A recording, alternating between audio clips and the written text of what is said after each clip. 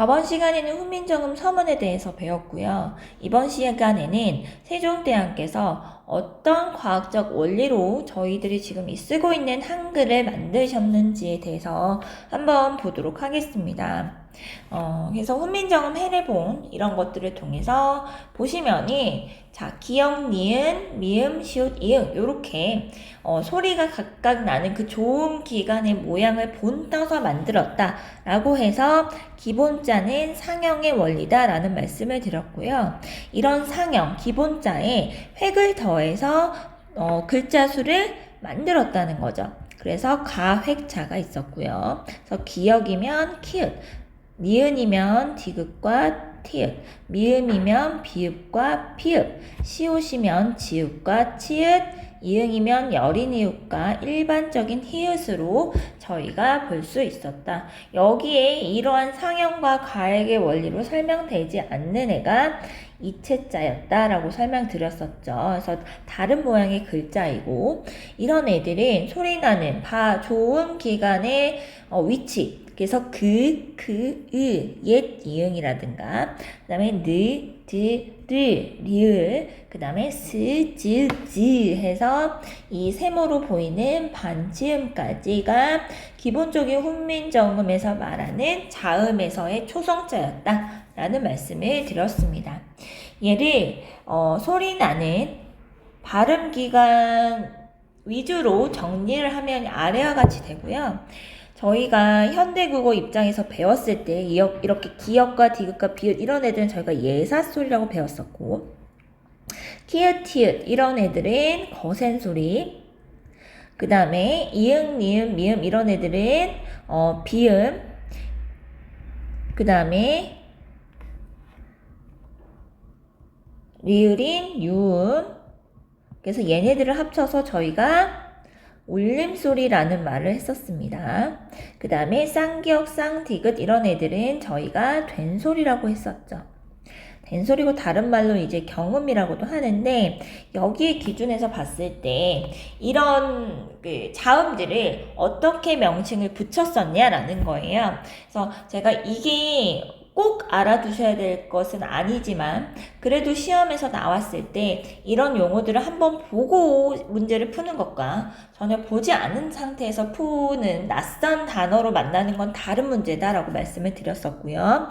그래서 예사소리 같은 경우는 전청이라고 하고 거센소리는 차청 그리고 된소리는 전탁이고요. 이런 울림소리는 청도 아니고 탁의 소리도 아니다 라고 얘기를 해서 불청, 불탁이라는 말을 써서 이것도 그냥 한번 같이 좀 알아두셨으면 좋겠다 라고 말씀을 드렸습니다. 그래서 기말고사에 뭐 출제를 한다 이건 아니다 라고 말씀을 드렸었고요. 자, 그 다음에 중성자 가운데 소리 모음에 대해서 보면은 얘도 똑같이 기본적인 원리는 상형입니다. 그래서 하늘천, 땅지, 사람, 인자죠. 천지인. 자, 그래서 아래야, 그 다음에 이런 걸로 구성이 되어 있다. 라는 거고요. 이런 상형의 원리에서 얘네들을 조합해서 기본적인 아래아가 하나만 쓰인 이런 우 두 번 쓰인 유 이런 애들을 저희가 확인해 볼 수 있다라고 말씀드렸고 이런 것들이 다양하게 결합한 아래 보시면 여러 가지 모음들이 이 당시에 나타났었다라는 말씀을 드렸습니다. 그래서 지금 현대보다는 훨씬 종류가 많죠. 모음의 종류가. 자, 그러면 3번 중성자 볼게요. 그래서 중성자는 따로 만들지 않고 초성의 것을 다시 사용했다라고 해서 제가 종성을 부용 다시 사용했다. 초성의 글자를 종성에 다시 사용했다라는 종성, 부영, 초성이라는 말씀을 드렸고 자, 글자의 운영에서 이어쓰기라는 순경음이 있었다. 이 순경음도 동국정음식 한자음 표기 중에 하나로 사용이 됐었다라고 말씀을 드렸었고요. 저희가 얘가 순경음 비읍 순경음인지는 알자. 이런 말씀들을 드렸습니다. 그런데 뭐 미음, 비읍, 피읍, 그 다음에 쌍비읍 아시다시피 어때요? 같은 그 발음 나는 위치가 같은 그 자음들이잖아요. 두 입술 소리 양순음들이고요. 자, 2번 보시면은 나란히 쓰기라고 해서 병서고요. 병서는 두 가지가 있습니다. 첫 번째는 지금 쓰는 형태인 된소리처럼 같은 자음을 반복해서 쓰는 애들을 각자 병서라고 불렀고요.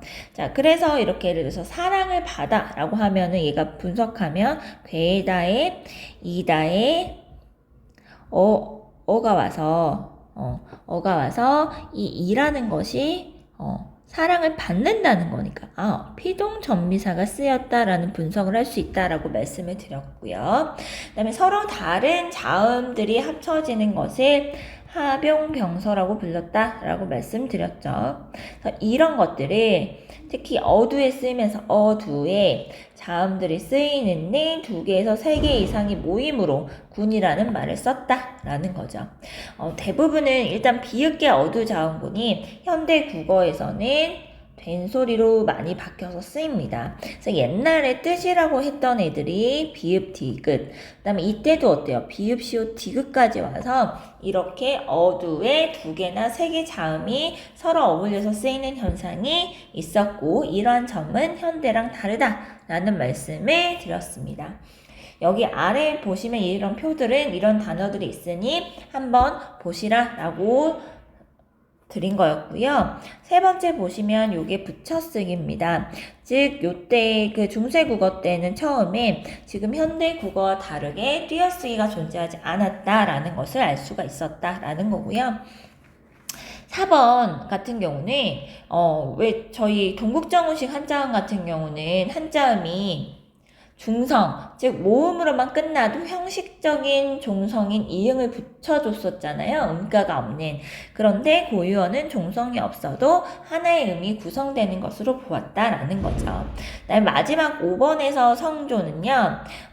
지금은 없는데 중국에는 있잖아요. 성조가. 그래서 우리나라도 처음에 만들면서 중국처럼 성조를 부여를 했다는 거죠. 그래서 점이 없으면 평성, 점이 하나 있으면 높은 소리인 거성, 점이 2개면 낮았다가 이렇게 올라가는 음인 상성, 그리고 점과 상관없이 뭔가 빨리 끝닿는 이 소리가 기역, 디귿, 비읍, 시옷이 종성이 왔을 때 깃, 입, 낫 이런 식으로 짧게 끊어지는 음들을 통해서 성조를 통해서 의미를 구분을 했었다라고 말씀을 드렸고 그게 나중에는 사라졌지만 그러한 흐름들이 저희 현재 그 남아있는 것은 무엇이냐, 상성 같은 경우 낮은 음에서 높은 음으로 올라가면서 상대적으로 긴 소리가 났던 것들이 현대 국어에 남아있고, 현대 국어 중에 같은 소리가 나지만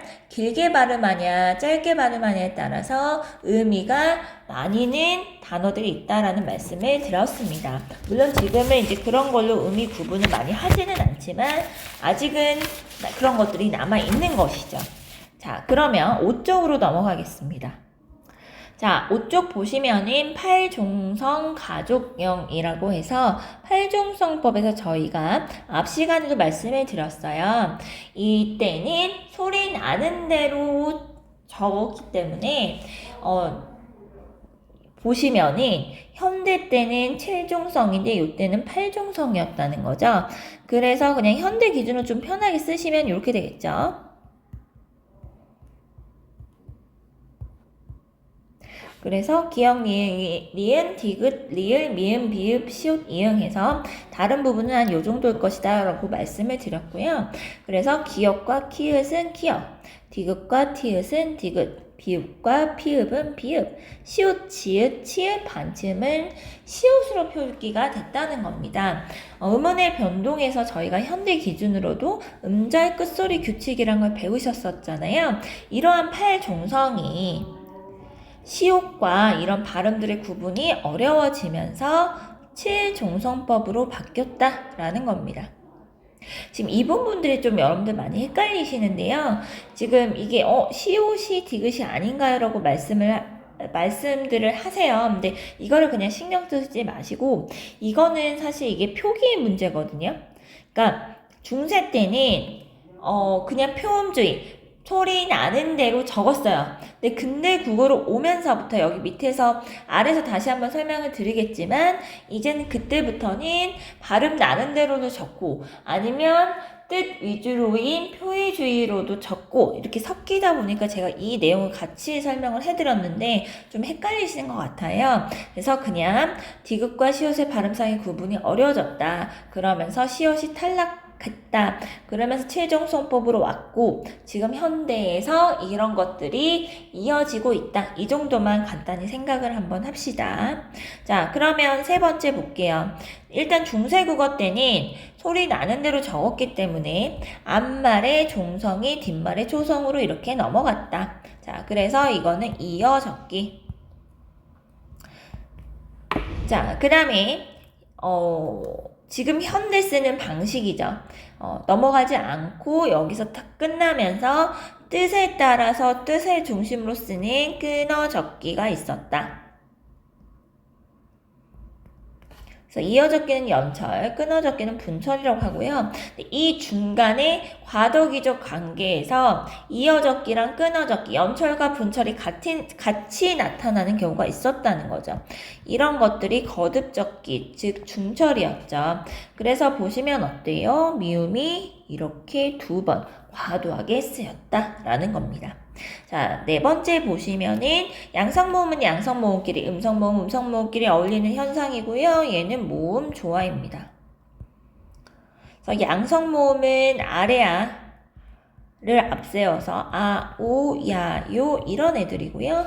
음성모음은 아래아 대신에 으가 오면서 우, 여, 유 이런 애들이고 중선 모음은 이 하나 있었다 라고 얘기를 했습니다. 그래서 예시에 보듯이 아로 끝나니까 어미가 아가 오더라. 명사형 어미 옴이 오더라. 연결 뒤에 어미 아니가 오너라. 아니가 오더라 이런 거죠. 그래서 양성 모음과 음성 모음을 따져서 뒤에 붙는 모음이나 그 어미나 이런 것들도 달라졌다라는 거죠. 지금도 그렇기는 하지만 이런 게 더 철저하게 지켜진 것이 중세 국어였다. 이렇게 보시면 되죠.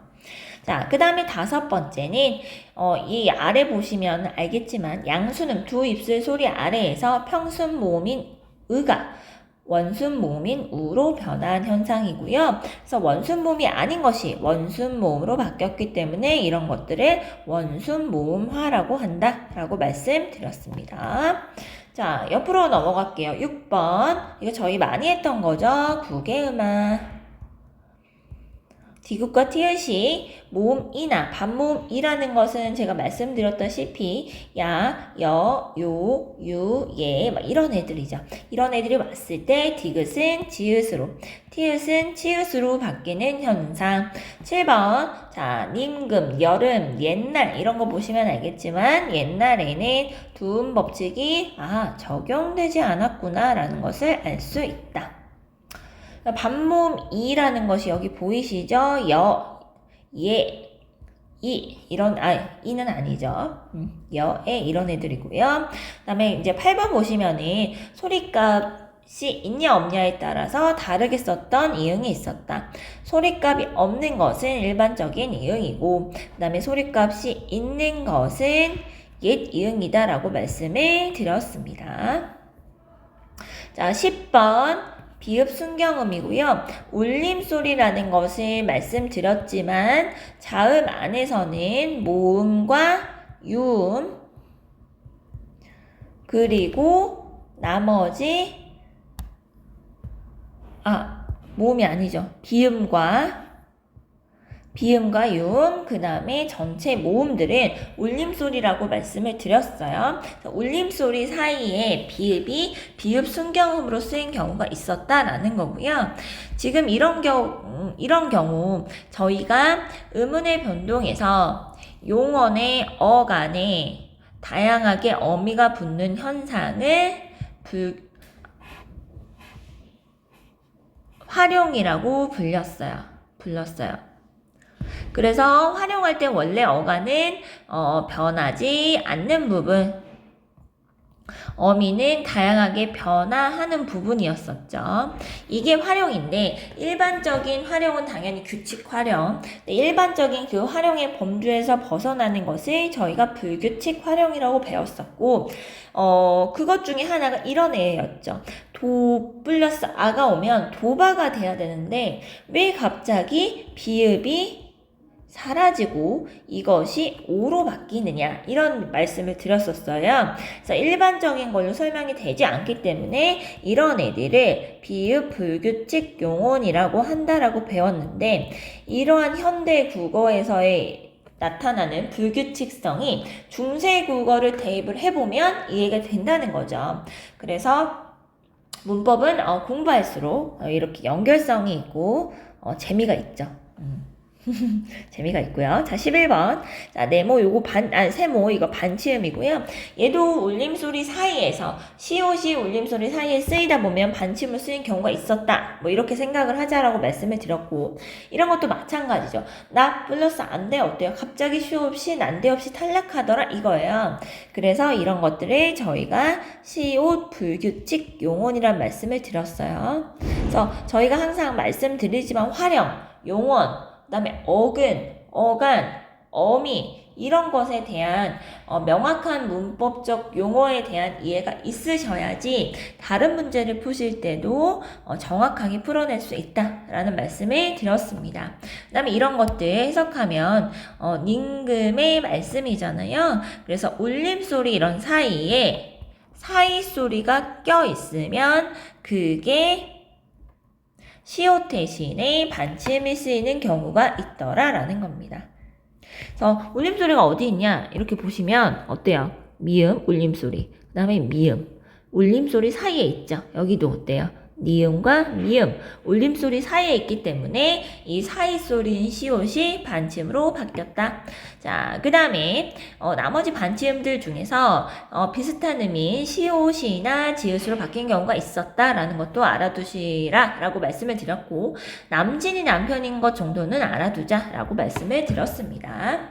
그래서 왜냐면 고전 시가로 넘어갔을 때 문학 작품에서 종종 볼 수 있는 단어기 때문이다 라는 말씀을 드렸고요.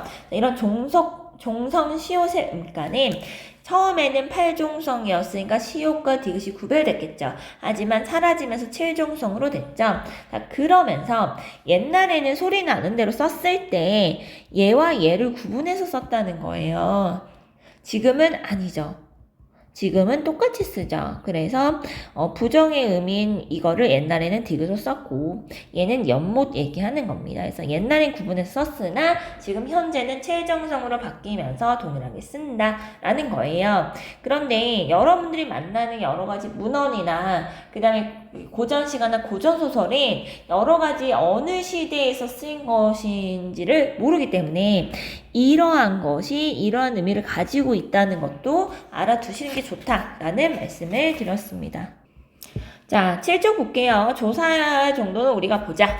왜냐면 다양한 이제 문법적인 성분을 만들어주는 애잖아요. 그래서 봤으면 좋겠다라고 말씀을 드렸고, 그래서 일단 격조사에 주목해서 보자라고 말씀을 드렸습니다. 주격조사는 처음에는 저희가 보셨다시피 중세 국어에는 주격조사가 이만 있었고, 지금 현재 사용하는 가라는 것은 나중에 생긴 아이다라고 말씀을 드렸습니다. 그래서 이 모음 위에 모음이 왔을 때는 이런 형태가 돼서 이렇게 앞에 바로 붙고 자음으로 끝났을 경우는 이렇게 쓰이고 이 모음으로 끝났으면 동일한 이가 반복되기 때문에 아무것도 붙지 않았으나 해석은 뿌리가 이런 식으로 주격조사를 포함시켜서 해석을 해준다라고 말씀을 드렸어요. 특이한 주격조사는 이런 것도 있구나라는 것을 한번 봐보자라고 말씀을 드렸고 뭐 깨서라든가 이거는 높임 명사 뒤에 쓰이는 거겠죠. 그래서 깨서는 주어를 높이는 거기 때문에 얘가 쓰였다고 하면 주체 높임이 되는 거잖아요. 그 다음에 에서는 주격조사라면 단체 명사 뒤다라고 말씀을 드렸어요. 에서라는 것이 부사격조사로 쓰이면 또 장소라든가 어떤 그런 의미로도 해석될 수 있겠죠. 그다음에 뭐 그다음에 이라서 이런 것들이 있다라고 말씀을 드렸고, 목적격 조사로 넘어가시면 지금보다 구분점이 하나 더 있습니다. 지금은 앞에 말이 모음으로 끝나느냐 잠으로 끝나느냐에 따라서 이렇게만 구분하죠. 하지만 옛날에는 모음 조화까지 고려하여 양성 모음이라면 이렇게 썼다는 거죠. 양성 모음이라면 알랄, 음성 모음이라면 을를 구분해서 써줬다. 그래서 이런 경우도 분석하면 이렇게 되더라. 마삼이니까 알이 붙어서 소리 나는 대로 썼기 때문에 이 미음이 지금 넘어간 형태잖아요. 그쵸? 그 다음에 저희가 이런 것들은 했고, 이런 데도 보시면 어때요? 양성 모음으로 끝나니까 뒤에 랄이 붙었다. 이런 것들이고요. 관형격 조사는 지금 현재는 이 하나 있는데 이때는 세 가지의 형태가 있었다. 일단 양성 모음일 때는 에, 그 다음에 아이라고 뭐 불러야 정확하긴 하겠죠. 음성 모음일 때는 의가 있었다. 아, 그러면 지금 보세요. 아, 얘만 살아남았구나 라는 걸 아실 수 있고, 시험 같은 경우는 무정, 즉 감정이 없는 또는 높임명사, 유정명사 할 때는 높임명사인 경우였다라는 말씀을 드렸습니다. 그래서 여기 이렇게 돼 있죠. 나라, 가운데, 그 다음에 아버님, 높임의 대상이니까 이런 것들이 붙었다라는 겁니다. 그래서 관형격 조사는 특이한 형태인 시옷이 있었고, 요 관형격 조사도 모음 조화에 따라서 양성 모음과 음성 모음 여부에 따라서 다르게 구분돼서 쓰였구나라는 것을 확인하실 수 있습니다. 5번 호격조사고요. 하라는 것 정도는 저희가 좀 알자라는 말씀을 드렸어요. 그래서 하는 뭐냐? 높임 명사 뒤에 쓰였다. 다른 작품에서도 나오고 저희가 이걸 알고 있으면 어때요? 얘가 누군지 몰라요. 예를 들어서. 그러나 하가 붙으면 높임의 대상이구나 라는 정보를 알고 들어가기만 해도 문제를 푸시는데 훨씬 더 도움이 되더라 라는 거죠. 그래서 예문 보시면 달아, 높이검, 도다시아 뭐 이런 거면 달님이시여, 높이 도드시어 이렇게 올라가셔서 이런 말들을 쓴다 라고 말씀을 드렸고요. 6번 서술격 조사는 사실 거의 주격 조사의 형태랑 같으나 뒤에 라만 붙은 형태다 라는 말씀을 드렸습니다. 그래서 자음은 이라, 모음이나 반모음일 때는 안 붙고, 그 다음에 모음이나 반모음이가 아닌 경우는 요렇게 붙었다 라고 해서 거의 주격조사랑 나타나는 형태가 같다고 말씀드렸죠. 뒤에 라 붙는 거 빼면 똑같죠. 지금 현대는 서술격 조사가 이다잖아요. 그래서 이다만이 유일하게 여러분들 뭐가 돼요? 격조사 중에서 서술어로 만들어주니까 서술격 조사만 유일하게 활용이 되죠. 용언의 이다, 이고, 이며 이런 식으로 용언의 어간에 다양한 어미가 붙는 활용이 가능하다라는 말씀도 드렸었습니다. 7번 부사격 조사는 말씀드렸다시피 웬만한 격조사들을 다 뺀 나머지 조사들은 다 부사격 조사라고 생각하는 게 오히려 이해하시기 편하다라는 말씀을 드렸고, 그 다음에 처소라는 것은 장소의 약간 좀 고급적인 표현이다 이런 말씀도 드렸습니다. 읽어보시면 될 것 같고, 저희가 이게 이 정도는 보자라고 말씀을 드렸던 것은 훈민정음 서문에도 나오는 거고 형태 자체가 좀 아예 다르기 때문에 한번 보자라고 말씀을 드렸습니다. 그래서 이 이런 것들이 해석이 되면 어때요? 와나 과로 해석이 되죠. 그래서 비교 부사격 조사 지금 와, 과 전혀 형태가 다른 것들이 옛날에는 이런 의미로 쓰였구나 라는 것을 한번 알아보자라는 거고요. 도건, 두건 이런 것들도 보시면 뭐뭐 보다 라는 비교 부사격 조사의 의미였다라는 거고요. 이런 것도 여러분들 보시면 어때요? 도건 양성 모음이겠죠. 두건 음성 모음이겠죠. 그래서 이런 것들을 지금 현대보다 훨씬 더 모음 조화가 전반적인 조사나 어미의 쓰임이나 이런 걸 할 때 훨씬 더 잘 지켜졌다라고 보시면 될 것 같습니다. 7쪽으로 넘어갈게요. 다른 부분을 좀 빼고 종결 표현을 제가 좀 가지고 왔었어요. 그래서 평서문의 형태는 지금과 동일한 다의 형태가 있고 그 다음에 라의 형태도 있었다라는 거죠. 그래서 바로 앞에서 서술격 조사 이라의 형태를 저희가 봤었잖아요. 그 다음에 감탄문은 리을시어, 니은겨, 샤 이런 형태로 지금 여러분들 그 현대국어보다 야, 나, 여나 이런 식으로 지금 현대국어 기준인 이중모음의 형태가 훨씬 더 많이 쓰였다라고 볼 수 있습니다. 의문문은 사실 이 지금 현대 국어랑도 맞닿아 있는 부분인데 의문사가 없으면 예 아니요로 말할 수 있는 판정 의문문이라고 했었고요. 의문사가 필요하면 구체적인 설명을 요구하는 설명 의문문이라고 해서 일단 크게 두 가지로 볼 수 있다라는 말씀을 드렸습니다. 막 서리법 같은 거 있잖아요. 어찌 아름답지 아니한가 물어보는 게 아니지만 물어보는 식으로 해서 뭔가 화자의 의도나 표현의 의도를 강화하는 것은 여러분들 그 수사 의문문이라고는 합니다. 같이 알아두시면 될 것 같고 문법적으로 우리가 의미 있어서 구분하는 것들은 이제 판정이냐 설명이냐 의문사의 유무에 따라서 나누어진다 이런 말씀을 드렸는데 지금 현대는 사실 그냥 의문사의 유무에 따라서 판정과 설명 의문문이 나뉘지만 이 중세 때 같은 경우는 근데도 물론 이어지긴 하죠. 뒤에 종결 어미도 달랐었다라는 거죠. 그래서 판정 의문문은 아나 어 계열이고 그래서 보시면 이난 상가 벌아 라는 것은 이것은 상인가 벌인가로 해석이 되더라. 설명 의문문은 오 계열이래요. 그래서 조사 고, 요, 료죠. 그래서 얻는 양이 무수, 걷고, 그쵸? 의문사. 이 벗들이 어디 있나요? 여기도 오 계열이죠. 그 다음에 몇 칸의 집에 사십니까? 고의 형태 확인해 볼 수 있다. 라고 말씀을 드렸습니다. 이거 설명하면서 제가 이 얘기를 추가로 드렸는데 여러분들이 상대 높임법 배우셨잖아요. 그래서 현대 국어에서의 아주 높임은 하십시오체였어요. 근데 이때는 뭐가 있었냐? 현대 국어의 하십시오체에 해당하는 아주 높임의 단계인 것이 하쇼셔체였다라고 말씀을 드렸거든요.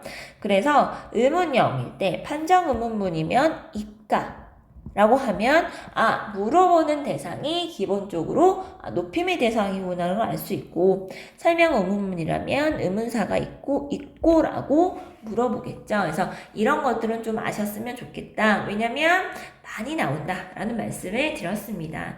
왜냐면 저희가 만나는 고전시가 작품이 대부분은 신하가 임금님을 그리워하는 여인의 마음으로 쓴 충신 연주지사가 많다고 말씀을 드렸죠. 그래서 주된 서술의 대상이 임금님이거나 이러다 보니까 높임 표현을 보실 일이 많다. 그래서 알아두시면 좋겠다라는 말씀을 드렸고요.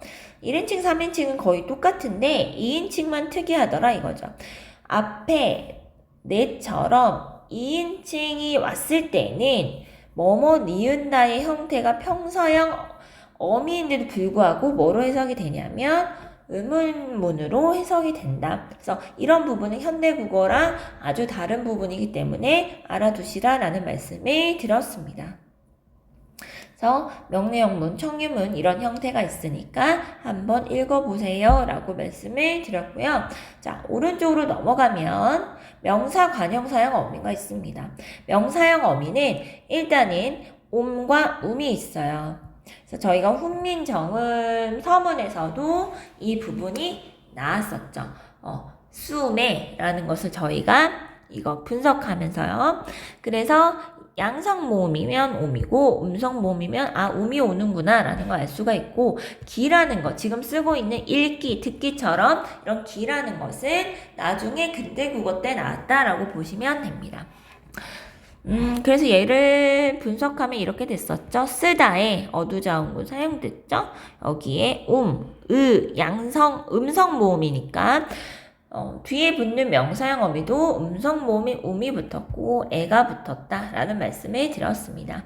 그다음에 관형사형 어미 같은 경우는 사실 얘를 이 아래아를 으로 바꿔버리면 지금 쓰고 있는 관형사형 현대와 동일해진다라는 말씀을 드렸습니다. 그래서 명사형 어미랑 관형사형 어미는 무엇이냐면 어미이기 때문에 앞에 용언의 어간 뒤에 붙어서 명사처럼 관형사처럼 쓸 수 있게 만들어주는 애다 라는 말씀을 드렸어요. 마지막 높임 표현 볼게요. 자, 주어를 높이는 주체 높임이 있고요.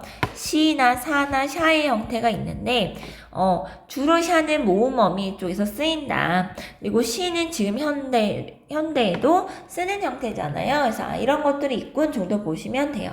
문장의 주체, 주어를 높이는 것이고요. 자, 2번 보시면 얘가 좀 현대랑 다릅니다. 그래서 문장의 객체를 높인다는 것은 아시다시피 문장에 있어서 목적어와 부사어를 높인다는 것이다. 지금 현대는 목적어랑 부사어를 높이긴 하나 뭔가 특수한 어휘라든가 아니면은 게 같은 이런 높임의 부사격 조사를 사용해서 객체 높임이 실현이 되는데 이때는 지금 현대의 주체 높임과 동일하게 선어말 어미가 아예 문장 서술어에 붙여서 쓰였더라 이런 말씀을 들었습니다. 그래서 잡의 형태가 있는데 뒤에 보시면 이런 형태들은 무엇이냐 했을 때 뒤에 울림소리가 오면 앞에 울림소리가 오면 시옷 대신에 반치음, 비읍 대신에 비읍 순경음이 쓰였더라 라는 의문적인 환경을 보시라라고 말씀을 드렸습니다. 자, 그래서 보시면 어때요? 기역이죠. 안 울림 소리니까 시옷 그대로 쓰이고 뒤에 기역이죠. 그러니까 비읍 그대로 쓰인 거예요. 근데 이런 경우는 어때요? 삽인데 돕삽 하고 싶은데 울림소리 사이에 있다 보니까 비읍이 아니고 비읍 순경음이 쓰였다. 이렇게 나타나는 환경이 다른데 어찌됐든 이것은 현대 국어와 다른 객체 높임 선어말 어미라는 게 이때는 존재하였다. 근대 국어부터 점차 쓰이지 않아서 현대에는 실현되지 않는 부분이죠. 그래서 전혀 다른 부분에 대해서는 아실 필요가 있다라는 말씀을 드렸습니다. 그러면 2시간에 걸쳐서 저희가 배웠던 훈민정음 서문과 거기 나와 있는 문법적인 표현을 다시 한번 봤어요. 그래서 이거를 보시면 좀 공부를 하시고 다음 주에 저랑 만나서 궁금한 점 있으면 다시 질문을 해주시면 될 것 같습니다.